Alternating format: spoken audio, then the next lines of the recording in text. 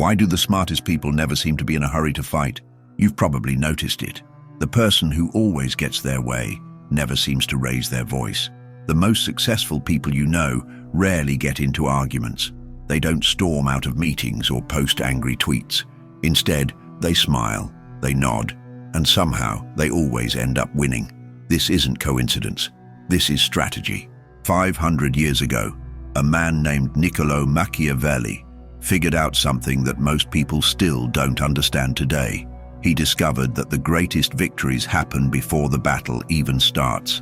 While everyone else is sharpening their swords, the truly intelligent are already holding the keys to the castle. Think about the last time you got into a heated argument with someone. Maybe it was with your boss, your partner, or that person on social media who just wouldn't listen to reason. How did it end?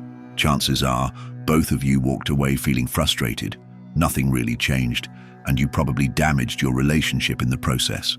Now imagine if you could have gotten exactly what you wanted from that situation without the fight ever happening. This is what Machiavelli called the art of winning without fighting, and it's more relevant today than ever before. In our world of instant reactions and constant conflict, the people who master this principle don't just survive, they thrive. Let's start with something you can use immediately. The next time someone disagrees with you about something important, don't try to convince them they're wrong. Instead, ask them to help you understand their perspective better. Watch what happens. When people feel heard and understood, their defenses drop. When their defenses drop, they become open to new ideas. When they're open to new ideas, you can guide them toward the conclusion you wanted all along. And here's the beautiful part. They'll think it was their idea. This isn't manipulation. This is intelligence. Manipulation forces people to do things against their will. Intelligence helps people discover what they actually want, which often aligns perfectly with what you need. But let's go deeper. Why does this work so well? Because most people are walking around feeling unheard and misunderstood. When you become the person who actually listens, you become incredibly valuable to them. And people protect what they value. So Machiavelli understood that human nature hasn't changed in thousands of years. We still want the same basic things: respect, security, and the feeling that we matter. The person who can provide these things without demanding them in return holds tremendous power. Not the kind of power that crushes people, but the kind that lifts everyone up while quietly ensuring you get what you need. Here's where it gets interesting. Most people think power comes from being the loudest person in the room. They think leadership means giving orders and expecting obedience. But watch closely the next time you're in a group setting. The person everyone actually listens to isn't usually the one talking the most. It's the one who speaks last, asks the right questions, and somehow helps everyone else reach the conclusion that benefits them most. This is strategic patience in action. While others are rushing to make their point, you're gathering information. While they're revealing their weaknesses, you're identifying opportunities. While they're burning bridges, you're building them. Think about negotiations. The amateur negotiator comes in with guns blazing, ready to fight for every point. They see it as a battle to be won. The master negotiator comes in looking for ways to give everyone what they want most, while quietly securing what they need most. They see it as a puzzle to be solved. Here's a real example. Let's say you want a promotion at work, but your boss seems resistant. The fighting approach would be to march into their office and demand what you deserve, maybe even threaten to quit if you don't get it. This might work occasionally, but it often backfires. You've forced your boss into a corner, and people don't like being cornered. The winning without fighting approach is completely different. First, you figure out what your boss actually cares about. Is it meeting deadlines, keeping the team happy, looking good to their own boss?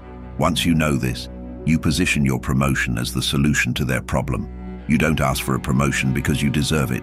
You suggest a promotion because it will help them achieve what they want. But here's the key. You do this gradually. You don't storm in with a master plan. You plant seeds. You have small conversations. You demonstrate value.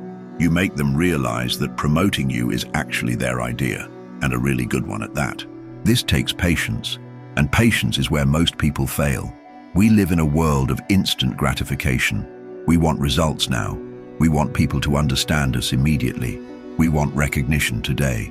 But the people who win without fighting understand that the best victories take time to develop. Consider social media arguments. Every day, millions of people engage in heated debates online, trying to prove they're right about politics, relationships, or which movie is better. How often do you see someone actually change their mind because of an angry comment? Almost never. These fights accomplish nothing except making everyone involved more entrenched in their original positions. Now imagine a different approach. Instead of trying to prove someone wrong, what if you shared a personal story that illustrated your point? Instead of attacking their logic, what if you showed genuine curiosity about their experience? Instead of trying to win the argument, what if you tried to understand the person? This doesn't mean being weak or giving up your principles. It means being smart about how you advance them. Machiavelli never suggested that leaders should be pushovers. He suggested they should be strategic. The strongest position is often the one that doesn't look threatening. When people see you as a threat, they unite against you. When they see you as an ally, they help you achieve your goals. The art is in positioning yourself as the ally who happens to benefit when everyone else gets what they want. This works in every area of life. In relationships, instead of fighting about who's right, you focus on understanding what each person needs. In business, instead of crushing the competition, you find ways to make the market bigger for everyone. In personal conflicts, instead of proving your point, you help everyone find a solution they can live with. But let's be clear about something important. This isn't about being passive or avoiding all conflict. Sometimes you have to fight. Machiavelli knew this too. The key is choosing your battles so carefully that when you do fight, victory is already assured. Think of it like chess. Amateur players capture pieces whenever they can. Master players only capture pieces when it advances their overall strategy. They might even sacrifice valuable pieces if it leads to a better position. The goal isn't to win every small battle. The goal is to win the war. This mindset shift changes everything. Instead of reacting to what happens to you, you start creating what happens around you. Instead of responding to other people's moves, you start making moves that force them to respond to you. Instead of hoping things will work out, you start arranging things so they have to work out. Here's what this looks like in practice. Let's say you're dealing with a difficult coworker who always shoots down your ideas in meetings. The fighting approach would be to prepare better arguments, speak louder, or complain to your boss. The winning without fighting approach is different. First, you figure out why they're opposing you. Are they insecure about their own position? Do they feel like you're getting too much attention? Are they actually trying to help but doing it badly? Once you understand their motivation, you can address it without ever mentioning the real problem. Maybe you start asking for their advice on smaller things first. Maybe you find ways to give them credit for improvements to your ideas. Maybe you discover that they actually have valuable insights that make your proposals better. Instead of seeing them as an obstacle, you turn them into an asset. This requires swallowing your ego, which is hard. It's natural to want credit for your ideas and recognition for your contributions. But Machiavelli understood that ego is often the enemy of results. Sometimes the smartest move is to let someone else look good while you get what you actually wanted. Consider how this applies to parenting or teaching. When a teenager rebels against rules, the instinct is to assert authority more forcefully. But think about what's really happening. The teenager isn't necessarily opposing the rule itself. They're asserting their independence and testing boundaries. A wise parent or teacher recognizes this and finds ways to give the teenager what they need psychologically while still maintaining the boundary that's actually important. Instead of saying, "Because I said so," they might explain the reasoning behind the rule. Instead of punishing defiance, they might find ways to give the teenager choices within acceptable parameters. Instead of a power struggle, it becomes a conversation about responsibility and consequences. The teenager gets to feel respected and heard, while the adult gets compliance with the rules that actually matter. This same principle works in customer service situations. When someone is angry about a problem, they usually want two things: to be heard and to have the problem solved. Most customer service representatives focus only on solving the problem, which often makes the customer even angrier because they don't feel heard. The smart approach is to acknowledge their frustration first, validate their experience, and then work together toward a solution. The customer walks away feeling respected, even if the outcome isn't exactly what they originally wanted. The beautiful thing about this approach is that it creates positive momentum. When you help other people succeed, they want to help you succeed. When you make other people look good, they make you look good. When you solve other people's problems, they become invested in solving yours. Think about networking events or professional conferences. Most people approach these situations trying to get something: a job, a client, a connection. They talk about themselves and their needs. But the people who build lasting professional relationships do the opposite. They listen for what other people need and look for ways to provide value. They make introductions, share resources, and offer help without expecting immediate returns. This isn't just theory. You can test this immediately. Think of someone in your life who you've been having conflict with. Instead of your next interaction being about what you want from them, make it about what you can do for them. Instead of explaining why you're right, ask questions to understand their perspective better. Instead of trying to change their mind, focus on changing the situation so their mind changes naturally. Watch what happens. Not immediately, remember, this takes patience. But over time, you'll notice the dynamic shifting. The conflict will start to dissolve. They'll become more open to your ideas. They might even start advocating for things you want, without you having to ask. This is the power of strategic thinking over reactive thinking. Most people go through life reacting to what happens to them. They fight when challenged, argue when disagreed with, and push harder when they meet resistance. This works sometimes, but it's exhausting and it creates enemies. Strategic thinkers operate differently.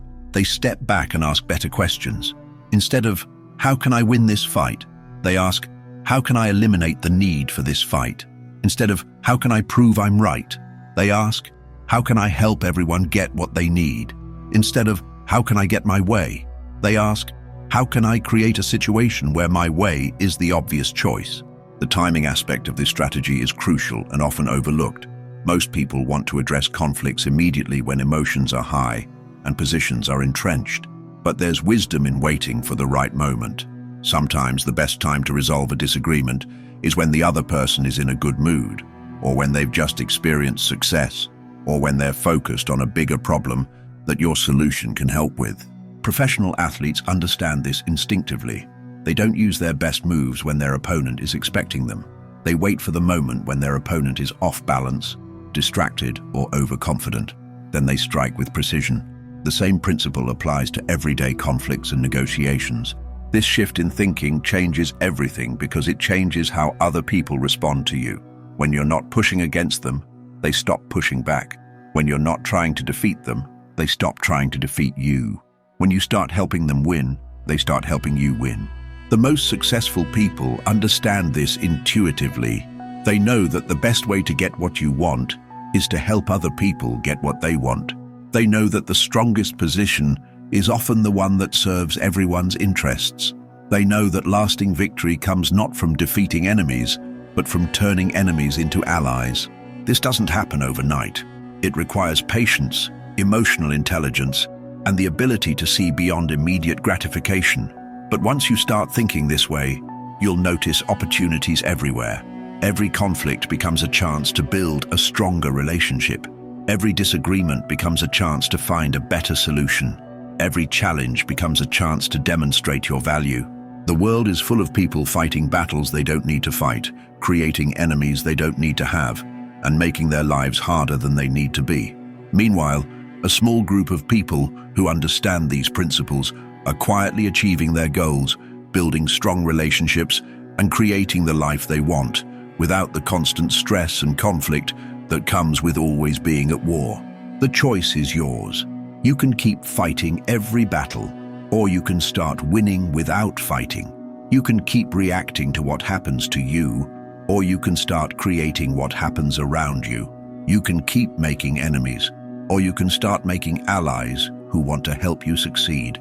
Machiavelli figured this out 500 years ago, but most people still haven't learned the lesson.